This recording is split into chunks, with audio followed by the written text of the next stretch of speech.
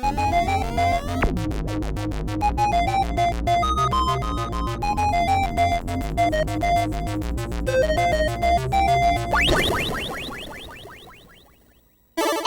37 of Squirrels Robots. Yep. So, first off, apologies if anybody hears any lawn mowing in the background because apparently neighborhood jackasses feel the need to mow their lawn every 5 minutes. I swear it's like one person starts up their lawn equipment and everybody else does it. It's like a call of the wild. Hey, that guy down the block, he's mowing his lawn. Oh man, I gotta mow my lawn too. Bam, bam, bam, bam, bam, bam, bam. All fucking day. Anyway, it's finally October, and there's only a few more months until 2020 is fucking dead. Yeah, screw you, 2020. You're being rank. 2020 is like the evilest year. Like a meatless taco that somehow still smells like meat, but you find it in your sock, and it's the only thing left to eat in your house. Yeah, so Halloween is probably going to be jank this year, but apparently every streaming service is pushing a bunch of horror content, so at least that's a good thing. So, if you can't do the trick-or-treating thing in your area, you should probably stock up on some candy early, get your watch list up to date, and just stay the fuck inside and watch spooky movies. Oi, I think there's going to be like a new Adam Sandler Halloween thing on Netflix, and Simon Pegg and Nick Frost have their Truth Seekers series coming out like October 30th. Oh, yeah, and there's this movie coming out on, I think, October 2nd called Vampires versus the Bronx. From what I've seen, it kind of looks like The Lost Boys meets The Goonies in the Bronx, New York. So that should be cool, unless it's hipster New York. Then, you know what? Fuck New York. God, I hate hipster New York. Oh, 4K horror is fast approaching your eyes as well. Oh yeah, even though physical media isn't what it used to be, at least some studios are making an effort to restore some old cool films this year. And dude, they're coming out on 4K. 4K! Like what? Let's see. American Werewolf in London, Tremors, Army of Darkness, and a personal favorite, They Live. All getting the 4K treatment. They Live? That was with that wrestler, wasn't it? Like, what is it? Rowdy, something. He was all out of bubblegum. Yeah, dude, it was kind of a cool movie. Hopefully they don't screw up the new 4K scans on those films. Like, seriously, I will be so pissed if they fuck it up. Generally, I kind of have hopes because the companies that are handling these transfers are usually pretty good in how they do it. Oh, just as long as they don't obliterate the digital scan with that noise reduction and smoothing and all that. Dude, I gotta tell you, I watched The Predator with Arnold Schwarzenegger and everyone looked plastic. They looked like little dolls. None of them had paws, man. Yeah, it was really heavy-handed on that noise reduction and smoothing. It looked terrible. You know, it's like, ease up a bit, mate. Natural grain is alright. Yeah, dude, that shit irks me. There's a fine line between cleaning up and destroying when it comes to film restoration. Alright? Know when to say when. Oi, on the topic of spooky films, did you know that Craft movie that's coming out is a sequel? I thought it was going to be like a remake. Now, how are you going to go about making a sequel to The Craft? Really? It's a sequel? What the fuck? How does that even work? I don't know, and frankly, I don't think I want to find out. But on the bright side, it may renew some interest in the original film, and perhaps we'll even get a 4K version of it. Oh, dude, Feruza Balk in 4K? Yes, please. Oh, someone's got a waifu! Dude, as humans go, she's creepy as fuck, okay? That's what I like about her, in that film specifically. That's about it. Relax. I listened to old music this week. Oh, God, what, did the Wiggles come out with a new album? Did they? Oh, I hope not. No, so what did you listen to? I went into the crates of, remember them? And listened to Marilyn Manson and Bush and Liam Gallagher, the Oasis guy, all of which released new albums. Oh, afraid to ask. How were they? Well, Marilyn Manson was like, I'm spooky and dark and stuff. Oh, look at how sad the world is. Ooh. You know what he do? But no progress was made musically. It okay, but not like a cereal box prize. Bush, however, had some nifty work on the string sticks, but all of the notes just floated around the world, not going anywhere. You know, it sounded like a wax ecstatic spongy kind of album, but without the hooks. There was no hooks. How am I gonna hang people if there's no hooks? Sounded weird to me, but I did eat Jell-O, so maybe that's why. As for Liam Gallagher, it's Liam Gallagher. Yes, he was like, the album was actually really good if it was 25 years ago. Like, I was like, wow, 1996 would have loved this. I'm sorry, Lidl. Don't look back in anger at me. It was okay, sorta. Mike, we should get him and the 4i Records guy together and they could just talk about music. That could be like its own podcast. Like, oh, 4i Records and the Squirrel. No, I really don't think that would work out. I don't think the guy has a tolerance for squirrels in his store. Yeah, he's kind of crass though. I mean, he's just like, oh, I hate everything. It's terrible. The music is awful. Actually, he kind of likes music. And I think that's the problem. He has this, like, voracious passion for music. So when he hears stuff he doesn't like, he really doesn't like it. But whatever. Anyway. Oh, I got to play a game. Oh, Christ. What, did Kendagawa Jet Girls get some extra wet t-shirt DLC or something? Did they? I don't know. Oh. Company that makes it, take my money! Wet t-shirt DLC! That's brilliant! Hey, what did you play?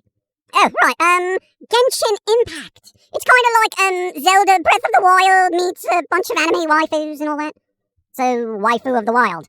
Kinda, but it's like free to play, so, you know, you get to roam around and climb on things. It's a very open world. Oh, isn't that, I think I saw the trailer for that. Isn't that where you get that little annoying guy that follows you around, what's her name? Padme, it's Paimon! That crazy little bitch that keeps talking to herself in third person. Paimon doesn't like this! Paimon! Shut up. Like, where's a fucking electrical fly swatter when you need one? Anyway, oh, dude, wasn't there, like, people were complaining about an anti-cheat system? Oh, yeah, right. Like, when you first got the game, it downloaded this anti-cheat system, and it was like, it was still running when you turned the game off, and everyone was like, oi, this is still running in my computer, why? I'm not playing a game, oh! And then they patched it and fixed it, and it's like, it shuts off when the game shuts off. Don't you love the way the internet explodes when little shit like that happens? And I already see it now. I see the comments. But Foamy, yo, I don't even care. Okay? You're welcome. And frankly, we wouldn't need games bundled with anti-cheat software if people weren't dicks, frankly. Okay? It's like if people could just play the game as intended, we wouldn't have these issues. These companies wouldn't have to be pushing anti-cheat software into our systems because a handful of players are assholes. Well, personally, I kind of find it funny when, like, certain things can be done in a game.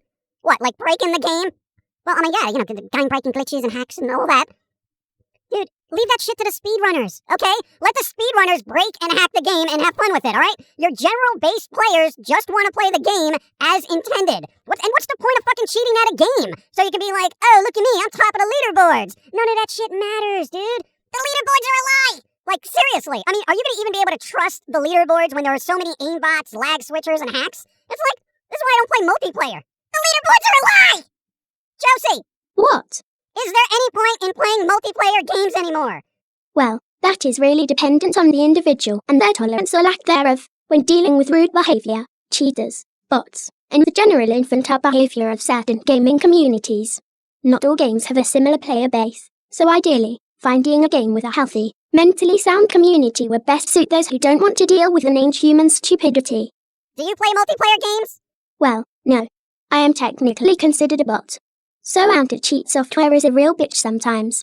Yeah, I did try to get Josie to play Kendagawa Jet Girls for me, so I could win more matches and get more money and unlock all the outfits and skins, but, no dice, mate. Just doing the grind at this point. Ugh.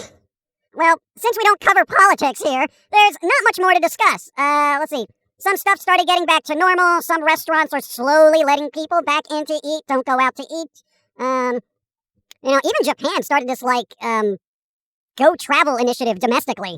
That doesn't mean you can go over there. They're not allowing you in yet. But they're encouraging everybody within their country to, patron local shops and all that stuff. So I think if everybody keeps their head down and doesn't fuck things up, we might be able to get back to normal. Maybe February 2021, maybe? I hope. Well, I don't know about the rest of society, but with the new consoles coming out, you got Cyberpunk, you got a PS5, you got the Xbox Series X, and yeah, I might play something on the Switch when it's not terrible, and... What, you don't like the Switch now? Well, no, I do like it. I actually like it a lot. But, it's so laggy. I tried playing Witcher on there, not so much. I tried playing some multiplayer on there, not so much. There needs to be some quality of life updates, mate.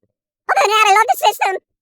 But yeah, I'm good until February 2021. I got plenty of games, and now apparently I have to grind to unlock outfits and Kendagawa Jet Girls. I'll still gotta get that Senran Kagura DLC. I got my waifu in there, man. Like these character packs. Whatever. Pilz-E, what are you gonna do until February? Well, I have a plethora of medicines that make time go faster. Or slower. So, that helps greatly. Time means nothing to me. Time means nothing to me! And I guess my uncontained rage will burn off the hours, and before I know it, it'll be February 2021. And I can schedule a sleep timer in order to wake up next year. So that's fun. Suck it, humans. You're all doomed. In real time. Don't be rude, Josie. That's my job.